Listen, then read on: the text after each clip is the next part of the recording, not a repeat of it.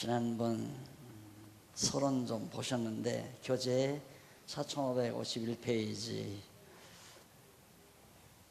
아가란 말이 노래 중에 노래다라는 말씀드렸고, 그것을 의역하면 가장 최고의 노래, 가장 아름다운 노래, 이렇게 번역을 하면 됩니다. 나는 이 아가라는 말을 지난번에도 말씀드렸지만 솔로몬이 지혜자라는 말에 참으로 어울리는 말이다 라는 생각을 자주 제가 합니다.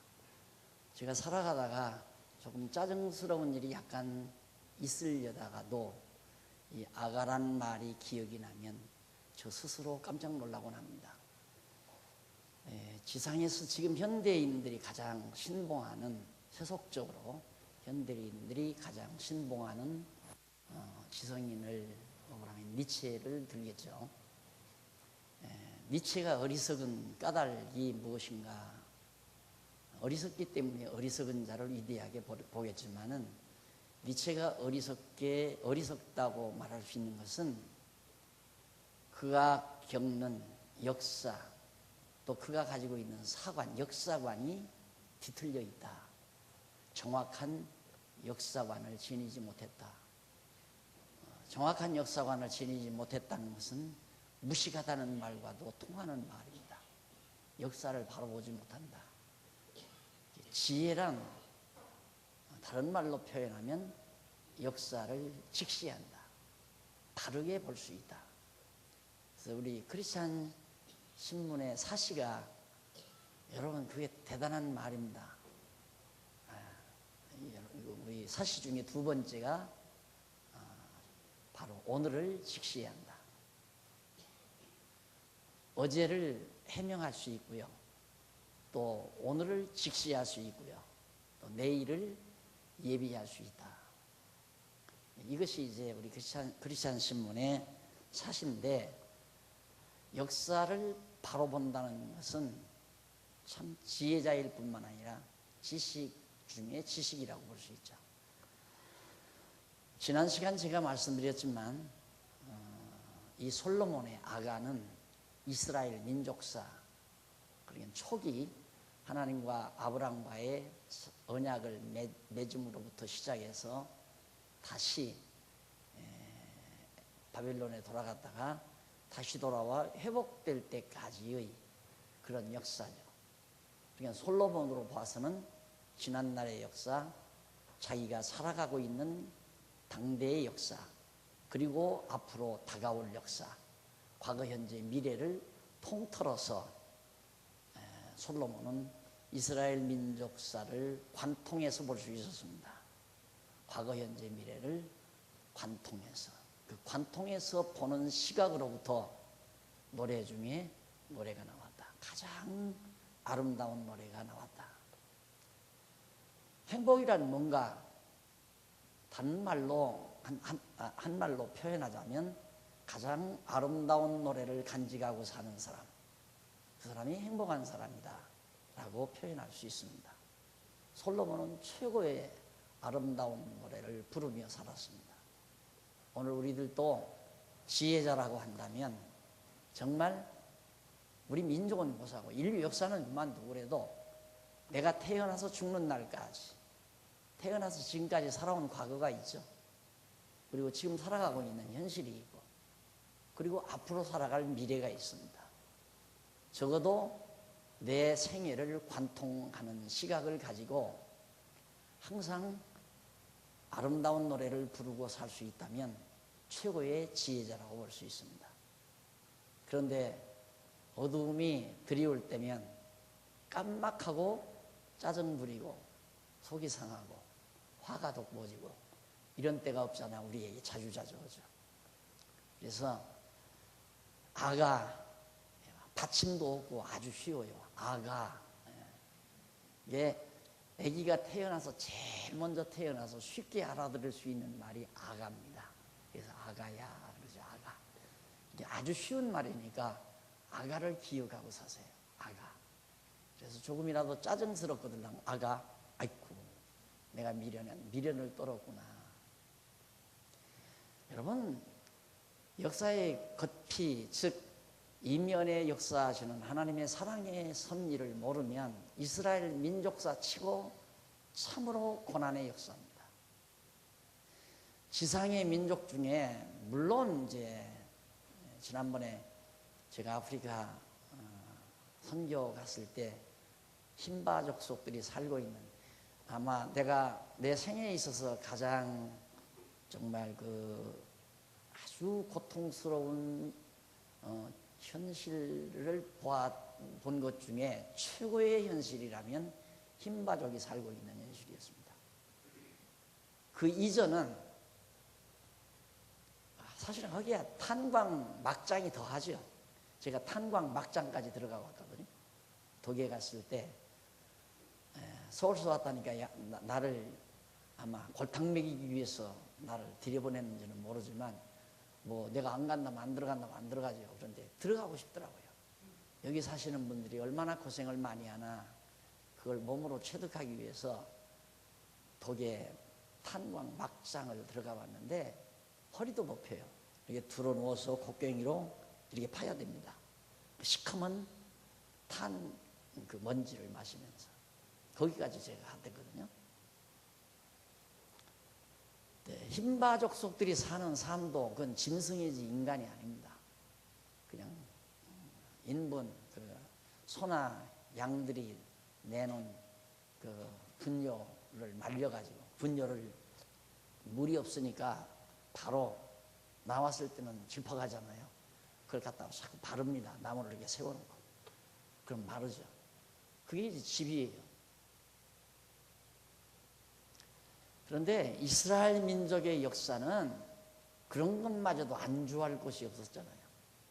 아브라함이 처음에 하나님 인도함 받아서 가나안 땅으로 왔다가 좀 살만하니까 하나님께서 애굽으로 피신가게 하고, 또 애굽에서 돌아와서 살만하니까 또 뭐 아들 때 손자 때 결국 이제 이방 땅으로 요셉 때 이제 애굽으로 가서 흉년 들어서 못 살게 되니까 남의 나라에 가서 얹혀가지고 400년 동안 노예 생활하며 살고, 거기서 가나안 땅 준다고 데리고 나와서 40년 동안 광야에서 뒹굴게 만들고, 그리고 돌아와서 반짝 한 80년 살죠.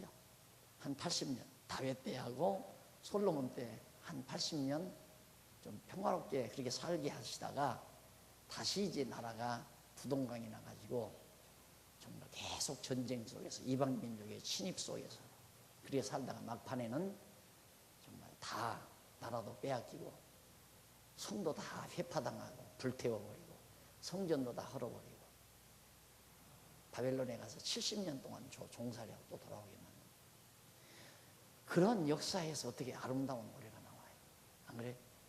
그건 불가능한 겁니다. 여호와를 아는 지혜가 없으면, 여호와 하나님을 경외하는 지혜가 없으면 그런 역사에서 어떻게 노래 중에 가장 아름다운 노래가 있을 수 있느냐 이거죠. 오늘 우리들의 삶도 그래요. 나서 지금까지 살아왔고 현재 살고 있고 내일도 살아가야 될 그것들이 그렇게 만만한 현실들이 아니잖아요. 만만한 세월들이 아니잖아요. 살만하니까 망하기도 하고 부도도 나고 병도 걸리고 쏘가서 또 남에게 사기도 당하고 집 넘어가고 자녀들이 병들고 때로는 암으로 가족이 죽기도 하고 뭐 별하별 나라가 도탄 가운데 빠지기도 하고 경제적 파탄으로 갑자기 가정경제가 휘청거리고 그러면서 우리 살아온 거란 말이에요. 그런 속에서 아름다운 노래 나오겠어요? 그런 역사, 그러니까 인간의 눈으로 볼 때 아름답지 못하다고 생각하는 그런 역사를 바라보는 시각, 그게 니체가 본 인류 역사입니다. 니체의 눈으로 바라볼 때에는 참 너무너무도 부조리하고 이 세상 역사가 너무도 정말 치졸하다 이 말이죠. 어떻게 악한 사람들이 더 잘되고 왕성하고 순수하고 착한 사람들이 우리 이 땅에서 멸시당하고 천대당하고 굴욕당하고, 그가 이제 크리스찬 기독교인 집안에 태어나서 자라난 자이기 때문에 그런 어떤 도덕의식, 보상의식 이런 것들이 강했을 거 아닙니까? 좀 착한 사람은 잘 돼야 되잖아요. 안 되니까 결국 그런 신은, 이렇게 만들어가는 신은 없어져 버려야 한다 이거예요. 그래서 그런 신 죽었다고 선언한 것이 미련한 사람들의 환호갈채를 받게 되고, 그래서 현대인들의 영웅이 된 겁니다. 그러나 내가 볼 때 정말 가장 미련한 자가 니체죠. 솔로몬은 지혜자고요. 왜?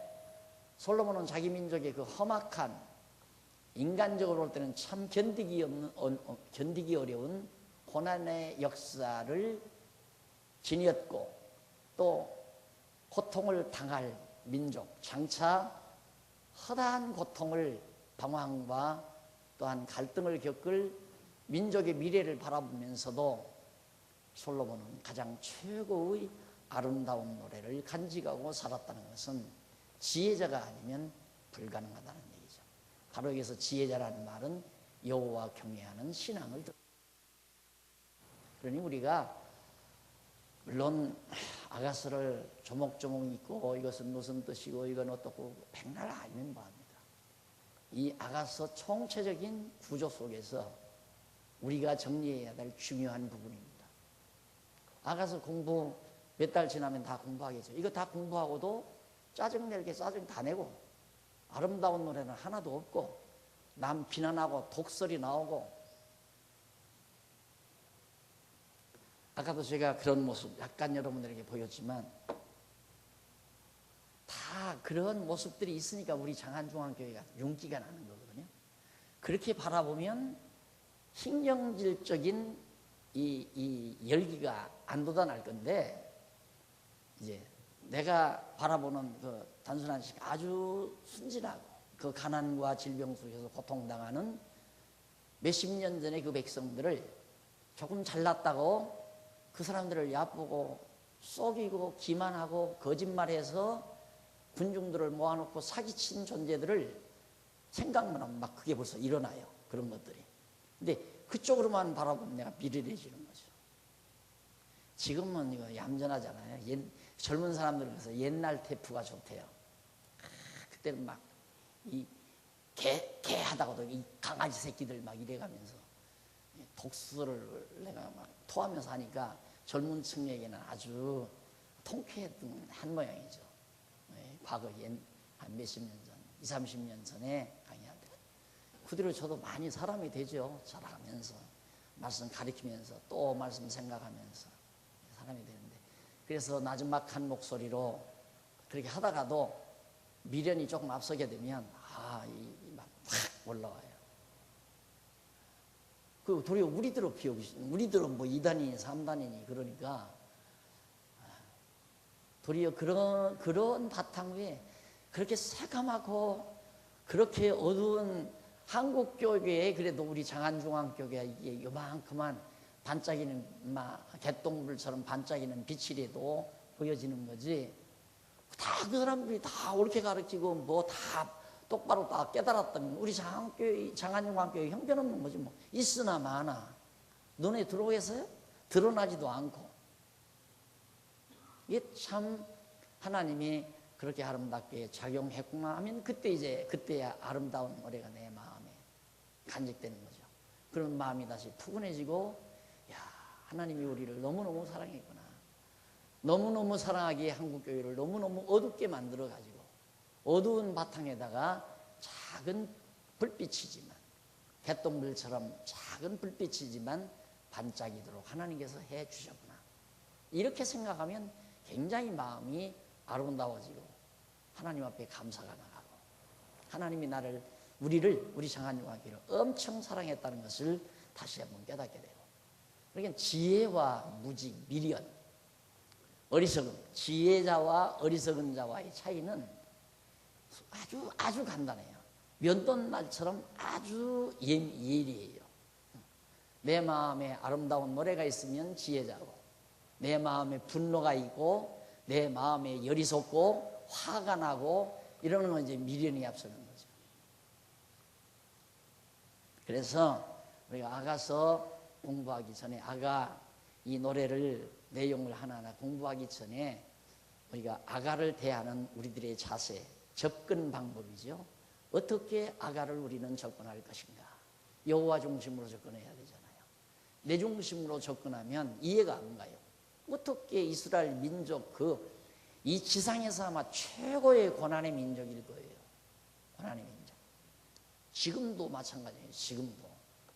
지금도 고난을 당하고 있죠. 근데 그런 고난의 민족의 역사를 솔로몬은 내다봤거든요. 내다보면서도 그 민족의 역사를 사랑의 노래로 가장 아름다운 노래로 승화시킨 솔로몬이 간직한 지혜야말로 참 한없이 부러운 지혜고 참 값진 지혜고 이것이 오늘 우리가 사모하는 또 오늘 우리가 추구하는 호크마하우스가 추구하는 미래상입니다. 솔로몬이 그렇게 했는데 우리들 왜 못하겠느냐 이거예요. 솔로몬도 똑같은 우리나 똑같습니다. 다른 사람 아니에요. 우리도 똑같은 사람이에요. 솔로몬도 그렇게 노래를 했는데 왜 우리라고 해서 최고의 사랑의 노래를 못 부르고 살겠는가. 그래서 늘 우스갯소리 하는 얘기지만 호크마하우스에 들어오셔서 화내고 싸움하고 욕심부리고 문 꼭꼭 닫고 고기 혼자서 구워 잡술 바에야 나가서 사시라. 맛있는 거 있으면 서로 같이 먹고 싶고 같이 앉아서 담소하고 싶고 쓰디쓴 차 한 잔이라도 같이 나누어 먹고 싶고 좋은 것은 함께 하고 싶고 항상 웃고 싶고 즐거워하고 싶고 이렇게 이제 점점 되져가야죠.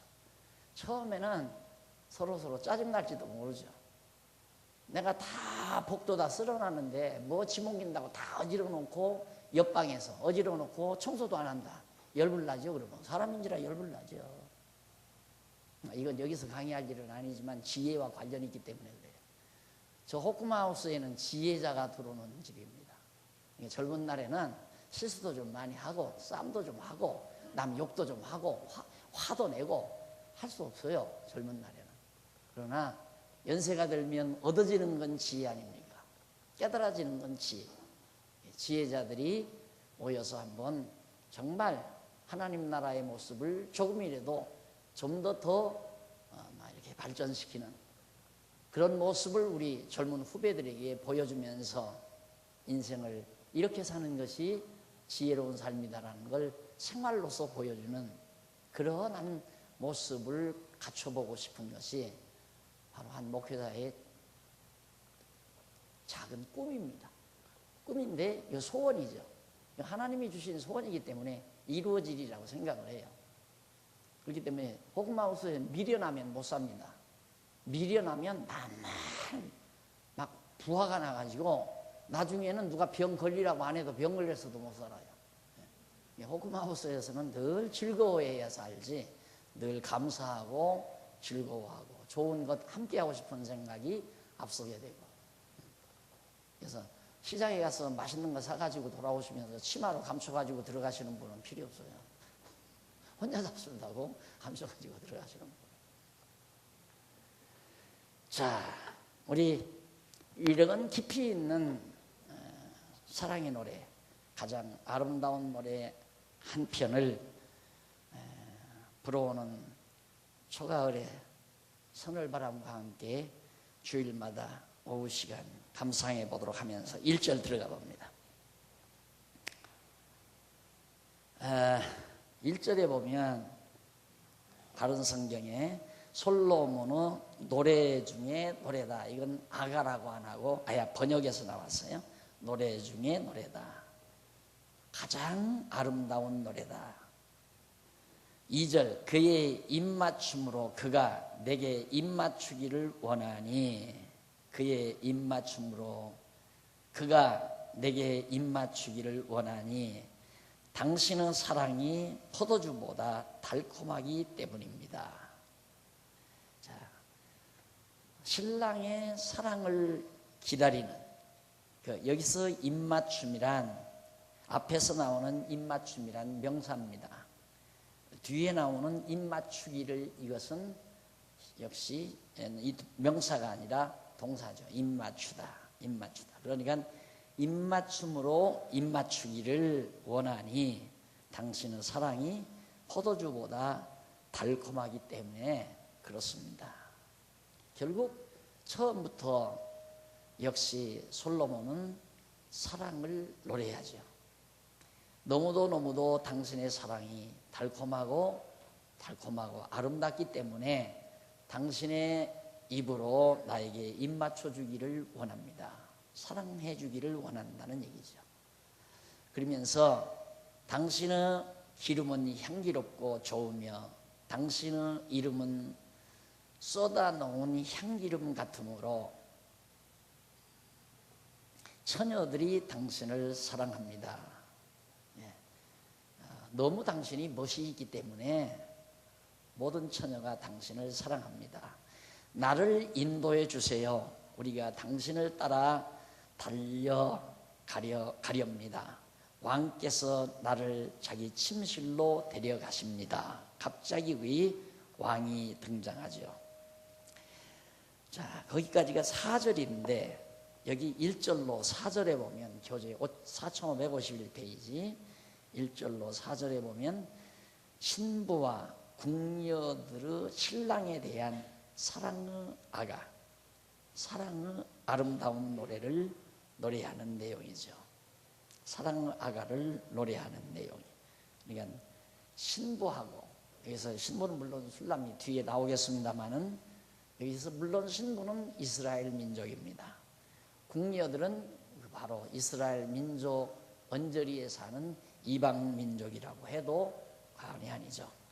그러니까 솔로몬은 왕이기 때문에 왕이 자기 주변에서 일어나는 일들을 이스라엘 민족사와 비교해서 지금 설명하는 거죠. 이스라엘 솔로몬 왕궁에서 왕후가 있고요. 그 다음에 왕후를 보필하는 궁녀들이 있지 않습니까? 그런 것처럼 이 땅에도, 이 지상에도 하나님이 가장 사랑하는 당신의 신부와 같은, 지금 우리 현재는 교회를 신부라고 그러죠. 예수님을 신랑이라고 하고. 근데 구약 시대에는 이스라엘 민족이 교회니까 이스라엘 민족이 신부고 하나님이 신랑이죠. 그래서 이스라엘 민족이 하나님을 극히 사랑하는 하나님을, 그 하나님의 사랑받기를 기다리는 그런 노래를 거기에다 지금 부른 건데, 많은 궁녀들도 그 당시의 왕은 바로 솔로몬이죠.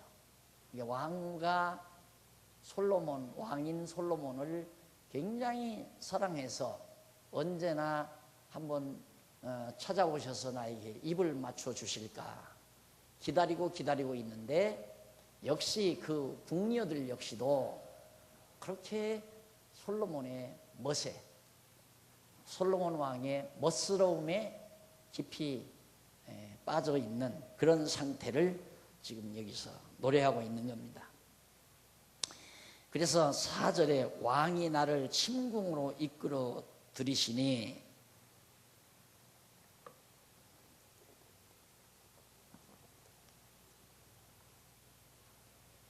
여기서 나를 인도해 주세요. 번역을 이렇게 했어요. 잘했어요. 이건 우리가 당신을 따라 달려가렵니다. 왕께서 나를, 여기 바로 뒤에는 단수가 나오고 위에는 우리가 나오죠. 이게 궁녀가 아니라 왕후가 왕을, 나를 인도해 주세요. 그러니까 궁녀들이 이제 왕 앞으로 나갈 때 궁녀들이 이제 왕후를 대동하고 이렇게 따라갑니다. 따라가서 왕께서 나를 자기 침실로 데려가십니다. 이것이 얼마나 신랑 되시는 왕 솔로몬이 자기의 왕후를 사랑하고 있는가를 잘 표현해 주고 있는 거죠. 이것은 선입니다. 쉽게 말하면. 그러니까 하나님께서 이스라엘 민족을 얼마나 사랑하는가. 이 땅에 허다한 족속들이, 허다한 민족들이 살고 있지만 그 많은 민족 가운데서 오직 이스라엘, 그래서 갈대아 우르에서 다 모든 사람도 아니고 아브라함 한 사람, 딱 한 사람 불러서 가나안 땅으로 데려오시는 하나님의 역사를 바로 이 부분에서 우리가 이렇게 응시해 볼 수가 있는 겁니다. 그리고 나서 얘기가 나오는데 거기 2절로 3절에 보면 그 이전에 그 1절 그 4551페이지 그 1절 나오죠. 1절 그 밑으로, 그러니까 히브리어 있는 그 밑으로 두 번째 줄 중간에 보시면 따라서 본서는 솔로몬이 부른 가장 아름다운 노래인 것이다. 솔로몬은 1000편이 넘는 노래를 지을 정도로 문학적 재능이 뛰어난 자였다. 결국 문학이라고 하는 것은 얼마나 현실이나 사물을 예리하게 지혜롭게 잘 보는가. 문학은 상당히 지성이 있어야 가능합니다. 남이 보지 못하는 아름다움을 볼 수 있어야 되거든요. 그런데 시인도 부정적인 시인이 있습니다. 내가 언젠가도 말씀드렸지만 선배 중에 자기 딸이 2대 국문학과 나와가지고 시집을 하나 냈다고 보내줬어요. 딸 자랑 삼아서 보내겠죠. 보내는데 계속 죽음을 노래해요. 가난을 노래하고 죽음을 노래하고 비애가 담겨 있어요. 그래서 그 아버지 때부터 이북에서 피난 와가지고 고생 억수로 했거든요. 그러니까 그런 고생하는 어머니 아버지 슬하에서 자라나면서 그걸 노래하면서 세상을 비관하는 그런 노래가 담겨져 있죠. 그건 사실 문인으로서는 우리 기독교 문학에서 볼 때에는 그건 문학이 아니에요. 기독교 문학은 무조건 아름다워야 됩니다. 기독교 문학은 정말 아름다운 노래여야 됩니다. 누구나 보아도 괴로웠던 사람도 평안해지고 갈등이 있던 사람도 모두가 다 마음의 평강이 이루어지고 해결이 되고 속이 트이고 아주 경쾌해지고 문학이라는 게 바로 그런 힘을 가지고 있는 거거든요. 그런데 솔로몬은 정말 1000편의 노래를, 뭐 잠언도 그렇고 잠언 전도 아가서 이게 다 솔로몬이 있었거든요. 솔로몬이 있었는데 아주 문학적 재능이 대단한 뛰어난 그런 분. 열왕기상 4장 32절에 나오는 얘기입니다. 여러분 그 세상을 살아가면서 노래할 줄 알아야 세상을 피곤하게 안 삽니다. 세상을 피곤하게 사는 사람은 욕심으로만 살면 피곤합니다. 사람은 아무리 어려운 현실 속에서도 노래가 있으면 돼요. 그래서 경쾌한 노래를 중얼대면서 일하는 사람이 있죠. 그 사람은 일을 힘들어하지 않습니다. 콧노래하면서 일하시는 분들, 비록 뭐 대동강을 부를 망정, 소양강 처녀를 부를 망정, 어쨌든 노래를 부르면서 일하는 분들은 콧노래를 부르며 빨래를 하거나 콧노래를 부르면서 뭐 살림살이를 하거나 청소를 하거나 피곤을 모르는 거죠. 그런데 항차 우리가 정말 여호와 경외하는 지혜를 가지고 순간순간 하나님께서 나에게 주어지는 현실을 아름다운 노래로 승화할 수 있는 지혜만 있다면 세상 정말 살만한 세상입니다. 절대 피곤한 세상이 아니고 고통스러운 세상이 아니고 배신을 당하고 여러 가지 갈등을 겪고 손해를 보고 정말 여러 가지 경제적 충격도 당하고 직장에서 왕따도 당하고 어떤 일을 당한다 할지라도 그것을 아름답게 승화해서 노래할 줄 아는 사람이라면 바로 지혜자라는 거죠. 한때 내 주변에 있는 사람이 직장에서 자꾸 괴롭힌다는 거예요. 직장에서 자기를 자꾸만 괴롭힌다고 그래서 뭐라고 위로합니까? 그 직장에서 볼 때 상당히 똑똑하게 보였던가 보다. 그러니까 그 불쌍하게 자꾸 괴롭히는 사람을 불쌍하게 생각하고 당당하게 일을 하면 된다.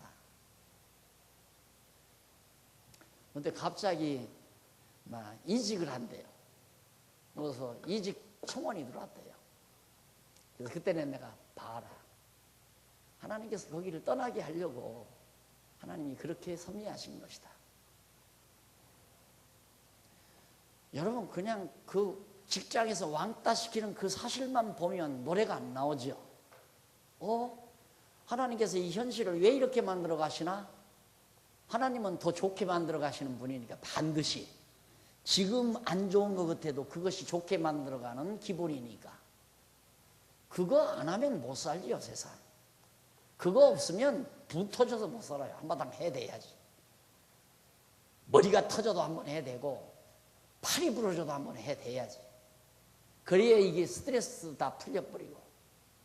근데 우리는 그럴 필요 없잖아요.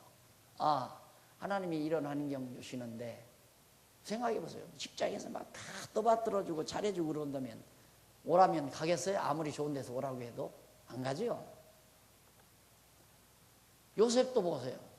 총리시키기 위해서 참 고통스러운 일로 보내잖아요. 형들에게 팔려가가지고.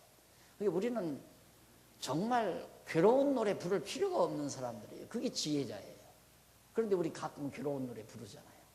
그래, 남 욕하고 남 비난하고 헐뜯고. 요즘도 문자 메시지 오나요? 참 불쌍한 사람이죠. 누가 보내는지는 모르지만 뭐를 그렇게 헐뜯어요?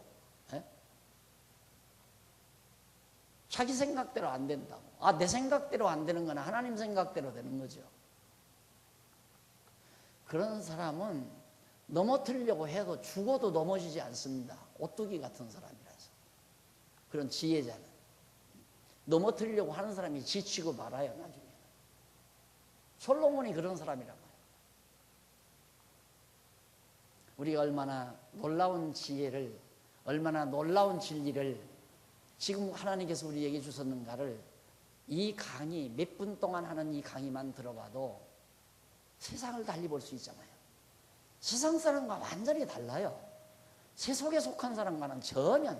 용모는 똑같이 눈 달리고 코 달리고 머리 있고 팔다리 있고 똑같아도 이 속에 있는 정보가 다르다니까.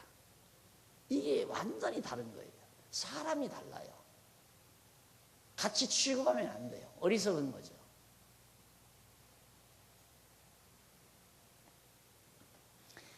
그리고 그는 여호와를 경외하는 지혜를 하나님께 구하여 얻었기 때문에 수많은 노래를 비롯해서 가장 아름다운 노래를 지을 수 있었다. 결국 지혜자는 노래가 있는 사람이다. 시와 노래와 찬미로 여호와를 찬양하는 거. 그 예배라고 그랬잖아요. 그러니까 예배당에 모여서 여기 모여서 우리 제1연합회 회원들처럼 저렇게 앉아서 자 시작하고 부르는 것도 찬양이지만 그냥 생활 속에서 계속 찬양, 늘 기쁜 찬양, 노래 중에 노래, 사랑의 노래 이거 불러야 돼요. 그런데 시기하고 질투하고 남이 조금 좋아지는 것 같으면 그 열불나서 못 살고 막 뜯어야 되고 기어코 긁어내려야 되고. 괴롭게는 누가 괴로운데? 긁어내리는 사람이 괴롭힌 거예요. 긁힘 당하는 사람은 시원하죠. 여러분 근질근질할 때 긁어주는 게 얼마나 좋은 줄 압니까? 그래서 늙어지면 할머니가 필요하대요. 긁어달라고 해서. 그렇게 남 긁으며 살 필요 뭐 있어요? 그냥 하나님께서 나 되게 하시는 대로 그냥 편안하게 그렇게 살다가 하나님이 부르시면 가면 되는 걸. 인간 세상에서 순수하게 순전히 인간적 생각만 하고 남이 좀 잘하는 것 같으면 열불나고 속상하고 쥐어 뜯고 싶고 깎아내리고 싶고 험담하고 비난하고 또 그랬다고 속이 상해가지고 잠 못 자고 그 사람도 아름다운 노래를 잃어버린 사람이죠. 내가 불쌍히 여기라는데도 그것도 못해. 남이 나를 험담하면 불쌍히 여기라고 해도 그것마저도 못하는 건 지혜가 없으니까 못하는 거지. 참 안 됐다. 오죽하면 남 저렇게 헐뜯고 비난하고 살까. 불쌍히 여기고 긍휼히 여기라고 내가 늘 입버릇처럼 그러잖아요. 그래야 아가가 나온다니까요.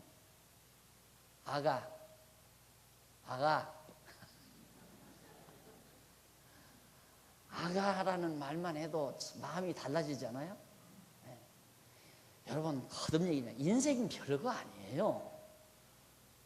근데 뭐 별거나 되는 줄 알고 아가만 기억하고 살아요. 이게 노래의 결론이에요. 자, 보세요. 하나님의 전능성, 욥기서 전능성 찬양하면 나 무능하구나 깨닫죠? 하나님 신실성 깨달으면 마음이 안심이 되죠? 하나님 신실하니까 하나님 이랬다 저랬다 하면 내가 마음을 못 놓죠. 믿을 수가 없죠. 하나님이 전능하시니까 내가 무능함을 깨닫고 하나님이 신실하시니까 내 마음속에 믿음이 생기고 하나님이 또 주권자이시니까 하나님 주권자이시니까 하나님 앞에 내가 종으로 순종하며 살 마음이 생기고 순종하며 사는 것이 지혜고 그 다음 하나님이 영원하시니까 땅 위의 것 다 별것 아니다. 다 영원하지 못한 것들이니까 영원한 세계 없다면 이거 아무것도 아니다. 헛되고 헛된 것이다. 근데 우리는 영원한 것이 있기 때문에 이 땅의 것도 다 유용하고 값진 거 아니에요. 그렇게 이 땅에 살면서 허무감을 느낄 필요가 없죠. 허탈함도 느낄 수 없고 허무한 것도 느낄 수 없고 왜? 하나님이 영원하시니까. 마지막 아가가 있다 보니까 내 마음속에서 최고의 노래 가장 아름다운 사랑의 노래가 내 마음속에 있다면 가장 행복한 사람 아니에요. 이것이 찬양의 결론으로 마지막에 아가서에 나와 있잖아요. 하나님께서 지혜를 주니까 남달리 민족사를 그렇게 승화해서 사랑으로 노래할 수 있는 엄청난 결과를 가져오게 된 거죠. 2절로 4절에는 신부와 궁녀들의 사랑에 대한 사랑의 아가를 노래하는 내용이 거기 담겨져 있는데 거기 보면 네 이름이 나오죠. 네 이름이. 자, 4552페이지 위에서 다섯째 줄 중간쯤 보면 쉐로모, 네 이름이란 말이에요. 이는 평화로운 그런 뜻입니다. 평화로운. 네 이름이란 말이 이는 평화로운이라는 뜻을 가지고 있습니다. 그리고 처녀들은 왕궁에 거하는 모든 젊은 궁녀들을 가리키는 거죠. 아가서 6장 8절에 보면 이제 그게 나와요. 그리고 너를 사랑함이 마땅하니라 라고 나와요. 네 사랑이 포도주에서 진함이라. 포도주에서 진함이라. 처녀들이 너를 사랑함이 많은 여인들이 왕인 솔로몬을 사랑하는 것이 너무너무 마땅하다.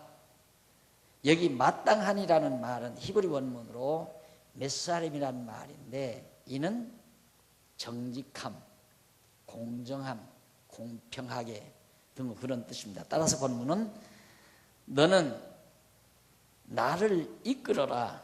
우리도 너를 따라 가리라. 왕이 나를 신궁에 거하게 했느니라. 우리는 너를 인해 기뻐하고 즐거워할 것이니라. 우리가 포도주보다 나은 네 사랑을 기억하도록 할 것이니라. 그들이 너를 공평하게 사랑했느니라고 그렇게 번역을 하면 훨씬 이해하기가 좋습니다. 너를 아주 공평하게, 마땅하니라가 아니라 공평하게 다 똑같이, 누구는 더 사랑하고 누구는 덜 사랑하고가 아니라 다 똑같이 신랑 너를, 솔로몬 너를 사랑했다라고 하는 말입니다. 자, 그 다음 이제 5절로 6절 봅니다. 5절 6절 보면 신부 미모와 누추함에 대한 아가의 변명을 노래합니다. 아가와 변명, 누추함에 대한 아가. 자, 우리들은 아름다움을 보고 아름다움을 노래하는 거, 이건 당연해요. 그건 뭐 아름다움을 보고 아름다움을 노래 안 할 사람이 없어요. 야, 아름답다. 꽃이, 아름다운 꽃을 보고 야, 아름다운 꽃이다. 이렇게 안 할 사람 없죠. 그런데 누추한 것, 추한 모습을 아름다움으로 승화시키는 건 그건 지혜자만이 가능한 거라 말입니다. 놀라운 거죠. 그래서 여기서 솔로몬이 그 사랑의 대상을 술람미로 정해놓은 것은 술람미가 아름다운 여자가 아니에요. 검게 타고 보잘것없는 여자예요. 형편없는 여자. 그걸 이제 솔로몬이 사랑의 대상으로 정해놓은 거죠. 그걸 이제 어떤 때는 왕으로 생각하기도 하고. 그 말은 뭐냐면 상대에게, 사랑하는 상대에게 어떤 사랑의 조건이 있어서 사랑하는 게 아니다 이 말이에요. 무조건적 사랑을 말해요. 누추한데 정말 볼품이 없고 형편없는데 그런데도 사랑한다. 그게 최고의 사랑이죠. 그걸 이제 솔로몬이 깨달았기 때문에 노래를 아름다운 노래로 승화시킬 수 있는 겁니다. 한번 읽어보십시다. 5절부터 보면 예루살렘의 딸들아 내가 비록 거물지라도 이게 이제 솔로몬 왕 예루살렘의 딸들아 내가 비록 거물지라도 아름다우니 검은데도 아름다우니 게다르 장막과 같고 솔로몬의 휘장과 같구나. 내가 거무스름하다고 나를 쳐다보지 마라. 햇빛이 나를 그을렸기 때문이다. 내 어머니의 아들들이 내게 화를 내어 포도원들을 돌보게 하였으나 내가 내 포도원을 돌보지 못하였구나. 결국 이 솔로몬이 사랑하는 여인이 자기가 검고 보잘것없다 이거예요. 겉을 보기에는. 그런데 게다르 장막 같다고 그러잖아요. 게다르 장막. 게다르 장막은 4554페이지 위에서 두 번째 중간에 보면 게다르 장막은 아람 유목민들이 염소털로 만들어 사용하는 검고 거칠은 장막을 말합니다. 그러니까 뭐 염소털로 막 해서 이렇게 거칠거칠하게 장막 칠 때, 움막을 칠 때 이렇게 위에다가 춥지 않도록 또 열기가 쉽게 들어오지 않고 또 찬기가 쉽게 나가지 않게 방습 이런 효과를 가져오기 위해서 이제 만든 건데 아주 그렇게 거칠고 피부도 거칠고 형편없다. 그리고 솔로몬의 휘장은 솔로몬이 사용하는 화려하고 아름다운 장막을 말합니다. 솔로몬의 휘장, 솔로몬 왕궁에 들이온 그런 휘장들은 최고의 직조기술로 최고의 색깔을 배열해서 잘 만든 아름다운. 그러니까 겉을 보면 그렇게 거칠고 보잘것없지만 내가 내 신랑을 사랑하는 그 사랑만은 이렇게 아름답고 귀하다. 그런 의미로 바로 이렇게 묘사해서 솔로몬이 이제 기록을 하죠. 그런데 자기가 왜 그렇게 미워졌는가, 거칠고 보잘것없이 됐는가, 그 이유를 거기서 말하는데 내가 거무스름하다고 나를 쳐다보지 마라. 나를 이렇게 천히 여기지 마라 그 말이에요. 그러면서 햇빛이 나를 그을렸기 때문이다. 햇빛이 계속해서 그을리니까 얼굴이 시커매지고 보잘것없고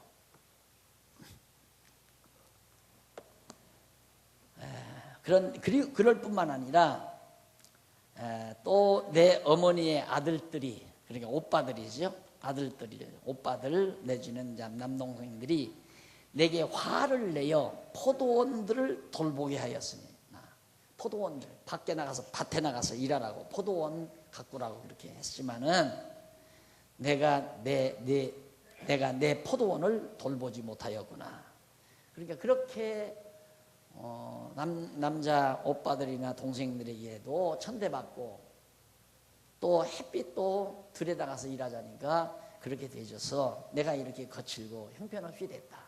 이게 다시 말하면 세상살이에 지치고 정말 초췌하게 되졌다. 그런 의미죠. 그러니까 그건 이스라엘 민족이 얼마나 옛날 갈대아 우르 땅 조상적부터 잘 가꾸어졌던 그런 도성을 저버리고 아브라함이 갈대아 우르 땅을 떠나서 이제 가나안 땅으로 오잖아요. 여기에 밀리고 저기에 밀리고 이리 밀리고 저리 밀리고 애굽으로 피난 가고, 아브라함 때도 애굽으로 피난 갔잖아요. 가가지고 자기 아내가 이뻤든지 아내 데리고 갔다가 거기 가서 아내라고 하면 자기 취이고 아내 뺏어갈까 봐 애굽에 가가지고는 여동생이라고 그래요. 동생이라고. 그래 데려다 살았단 말입니다. 데려다가 왕이, 애굽 왕이 데려가서 자기 후궁에 두려고 그랬는데 그때 하나님께서 막 그에게 야단을 쳐가지고 도리어 아브라함이 불러가지고 너 왜 나한테 거짓말했나, 동생이라고 하지 않느냐, 죽일까 봐서 그랬습니다. 애굽 왕이 겁이 나가지고 막 잔뜩 보물, 큰 돈, 큰 재산을 안겨줘가지고 내쫓잖아요. 아브라함 같은 사람은 거짓말하고 부자 돼버린 거예요 그때. 그런 험한 세상 살면서 사는 모습을 지금 이 술람이 여인의 거친 모습으로 이렇게 승화해서 노래한 거죠. 아름답잖아요. 참 아름답죠.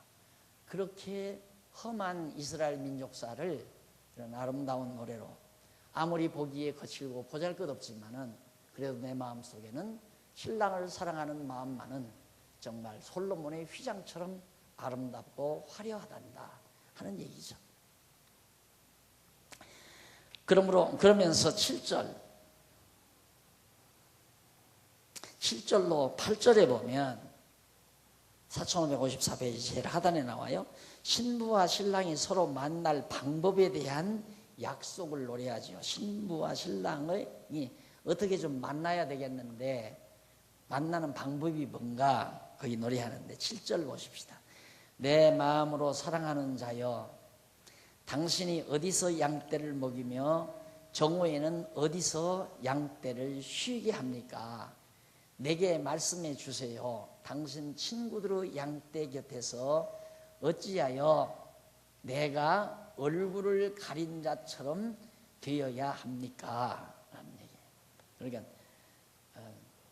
그 시대의 문화라고는 양떼 먹이는 거니까 양떼를 먹이다가 그 양떼 먹이는 부근에서 내가 양떼 먹이다가 거기에서 당신을 만나보고 싶다라고 노래하는 것이 이제 바로 8절까지 나오는 겁니다.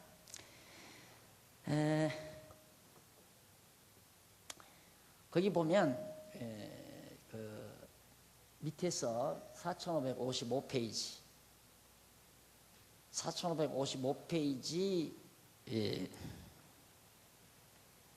중간쯤 보면요, 한 중간쯤 보면 앞부분에 그러자 신랑 솔로몬은 나옵니다. 한번 찾아보세요. 중간쯤. 그러자 신랑 솔로몬은 여인 중에 어여쁜 자야, 자기 신부에게 만날 장소를 알지 못하겠거든 양떼의 발자취를 따라 양떼를 먹이는 목자들의 장막 곁에서 너희 염소 새끼를 먹이라고 그렇게 노래하는 내용이 이제 7절로 8절에 그렇게 나오는데, 여기서 너희 염소 새끼라는 말은 신랑 솔로몬이 신부에게 선물한 염소 새끼를 말하는 것으로 그렇게 생각이 됩니다. 옛날에는 약혼식 할 때 약혼하면 신랑이 염소 새끼 한 마리를 신부에게 줍니다. 이렇게 주는데 그걸 우리가 어디서 찾아볼 수 있느냐면 과거에 전에 계속 보면 우리가 다말에게 사랑을 요구할 때 유다가 다말에게 자기 며느리죠. 며느리인지도 모르고 길가에 이 다말이 이제 시아버지를 유혹하기 위해서 앉았는데 젊은 여자에게 이제 유다가 사랑을 요구하죠. 그때 염소 새끼를 주기로 약속한 사실이 창세기 38장 17절에 나와요. 그러니까 사랑의 약속을 할 때 남자가 여자에게 염소 새끼를 주어요. 그러니까 그 염소 새끼를 잘 키워야죠. 그 이제 염소 새끼를 기르면서 약혼한 남자를 잊지 않고 계속 마음에 두라는 하나의 상징적 의미가 있겠죠. 그러니까 지금 솔로몬이 그걸 의중에 두고 노래하는 겁니다. 그래서 역사적 배경을 살펴보면은 이스라엘 조상 아브라함은 가나안 땅으로 들어가 처음으로 여호와를 위하여 세겜 땅에서 단을 쌓고 다시 베델과 아이 사이를 옮겨 단을 쌓고 점점 남방으로 옮겨갔습니다. 창세기 12장에 나오죠. 그 애굽으로 갔다가 돌아와서 헤브론에 있는 마므레 상수리 나무 숲을 이르러 거기서 여호와 하나님을 만날 수 있는 단을 쌓았습니다. 창세기 12장 10절로 13장 18절에 나와요. 그리고 얼마 후에 아브라함이 여호와의 명하신 말씀에 따라 아들 이삭을 바치기 위해 모리아산에 단을 쌓았죠. 창세기 22장에 나오고, 그리고 얼마 후 다윗 왕이 오르나노 타작마당에 단을 쌓고 제사를 드려 불로 응답을 받습니다.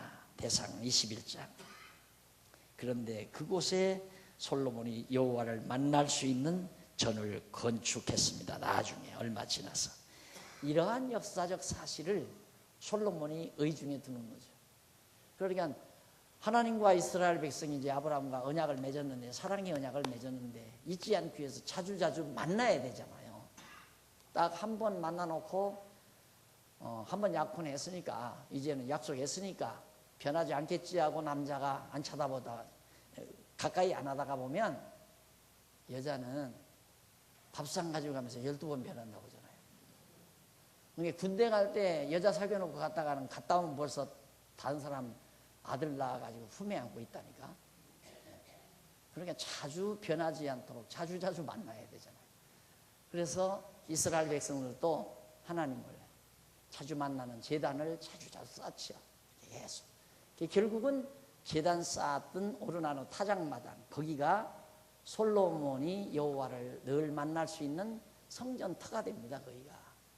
그런 역사적인 배경을 솔로몬이 의중에 두고, 나를 만나려거든 너 양새끼, 염소새끼 그걸 먹이면서 풀밭으로 와서 나를 만나자, 이렇게 이제 노래했던 내용이 나오는 거죠. 그 다음 이제 9절로 11절에 보면 신랑이 신부 미모와 사랑 선물 만들 것을 노래합니다. 신부 미모를 노래하고 사랑의 선물 만들 것을 노래하는 9절 보십시다.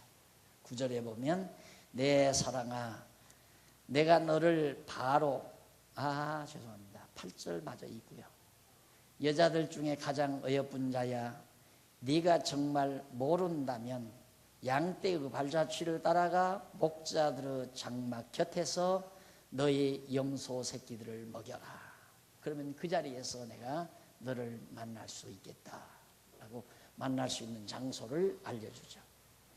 근데 참 이 솔로몬의 노래도 여자들 중에 가장 어여쁜 자야, 가장, 물론 누구나 결혼할 때 자기가 볼 때 가장 아름다운 여자하고 결혼하겠죠.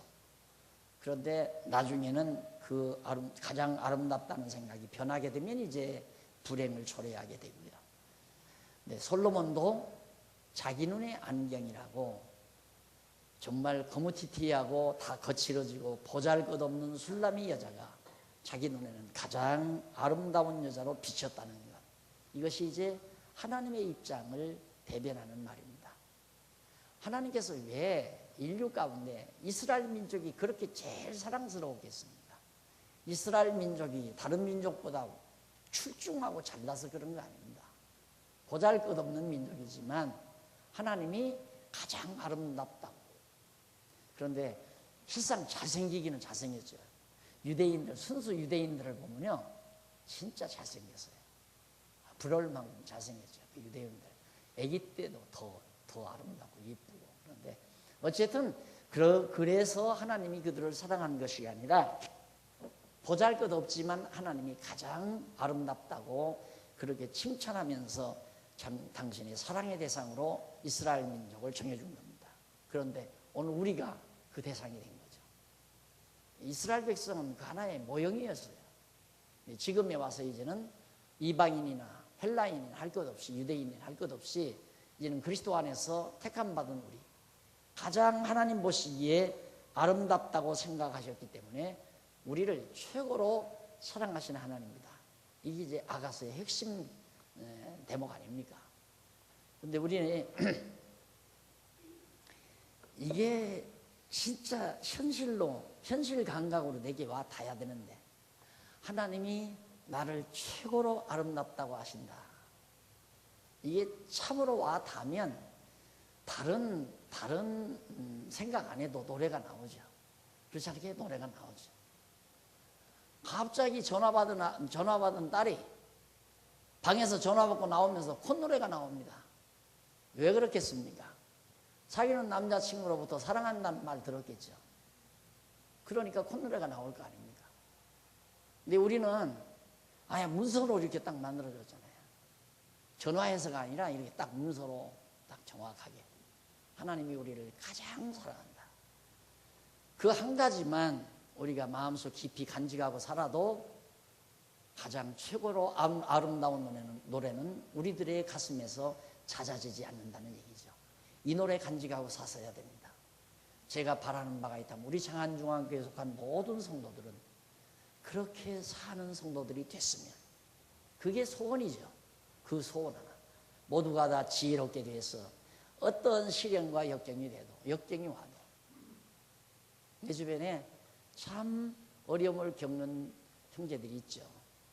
어려움을 겪는 형제들이 있는데, 내가 늘 나를 자책하는 건 항상 얼굴에 미소가 있고 밝음이 있고 감사함이 있고 항상 희열에 벅차 있어요. 뭔가 막 소망에 벅차 있어요. 그럴 때마다 나보다 나은 것 같다 하는 생각을 자주 합니다. 우리 모든 성도들이 다 그렇게 살았으면, 그것이 이제 지혜자의 아름다운 노래 속에서 사는 삶이 되겠죠. 그래서 9절로 11절 거기 보면, 내 사랑아 내가 너를 바로의 병거를 끄는 준마에 비교하련다. 너를 바로의 병거를 끄는 준마, 바로가 타고 다니는, 애굽왕 바로가 타고 다니는 병거를 끄는 준마, 말, 최고로 아름다운 말, 잘생긴 말 아니겠어요? 말이 정말 멋있게 생겼잖아요. 제가 20대의 꿈이 나는 승용차 안 타고 말 타고 산다. 그래서 이제 산악농장을 만들려고 했어요. 산악농장 만들고 산 능성을 말 타고 다니면서 농장 관리를 하고, 그래서 거기서 얻어지는 소득으로 보금무리에서 일하는 동력자들의 생활비를 조달하고, 그리고 꿈을 꿨는데 이 주제거리 말을 그렇게 좋아했습니다. 근데 정말 말은 아름다워요. 잘생긴 애굽의 준마니까 얼마나 잘생겼습니까? 거기에 나는 너를 비교하겠다. 내 사랑아 내가 너를 바로의 병거를 끄는 준마에 비교하련다. 너의 두 뺨은 따은 머리채와 더불어, 이렇게 따 내린 머리채와 더불어 너의 목은 구슬 목걸이와 더불어 아름답구나. 뺨과 목 정말 아름답다. 우리가 내게 은으로 장식된 금사슬을 만들어 줄 것이다. 바로 약혼 예물이죠. 금사슬. 금으로 만든 목걸이를 내가 너에게 드리워 주겠다. 그 예쁜 아름다운 목에 걸치도록 주겠다. 확실한 사랑의 약속을 또 약혼 예물을 준비하는 그런 노래로, 하나님께서 우리에게 정말 얼마나 확고하고 분명한 사랑을 약속했는가. 그래서 언약 사상, 언약 성취 섭리, 이 언약이라는 게 엄청난 거 아닙니까? 하나님께서 말씀으로 나에게 확실하게 약속하셨다. 그래서 약속보다도 언약이란 말이 훨씬 더 깊이가 있습니다. 말씀으로 약속하셨다. 우리는 이 언약을 받은 하나님의 백성들이다. 잠깐 보고 끝내십시다. 57페이지에 보시면, 4657페이지 줄바꾼데 보시면, 이 노래의 위에서 8째 줄바꾼데 보시면, 이 노래의 역사적 배경을 살펴보면 여호와 하나님께서는 일찍이 이스라엘의 조상 아브라함을 사랑하셔서 그에게 3대 언약을 세워주시고, 그 언약을 자손에게 반드시 이루어 주신다는 것에 대한 증표로 아브라함이 드린 제물에 불을 내려 응답해 주십니다. 12장에 나오죠. 22장까지. 이러한 역사적 사실을 바탕으로 솔로몬이 심리학적 방법에 의해서 하나님의 사랑을 노래한 것이다. 한 주간도 아가 기억하시면서 행복하고 즐거운 주간 되시기를 바라면서 말씀 드립니다. 기도하십시다. 살아계신 하나님 아버지, 은혜를 감사합니다. 우리가 최고의 사랑의 노래를 부르며 살아야 될 우리인 줄 알지만 때때로 어둠이 밀려오고 미련함이 앞설 때마다 분도 나고 화도 나고 속도 상하고 시기도 나고 불평도 생기고 이것이 우리들의 몰골입니다. 긍휼히 보소서. 우리 어리석어지려고 할 때 아가가 기억나게 하시옵소서. 예수님 이름으로 기도드립니다. 아멘.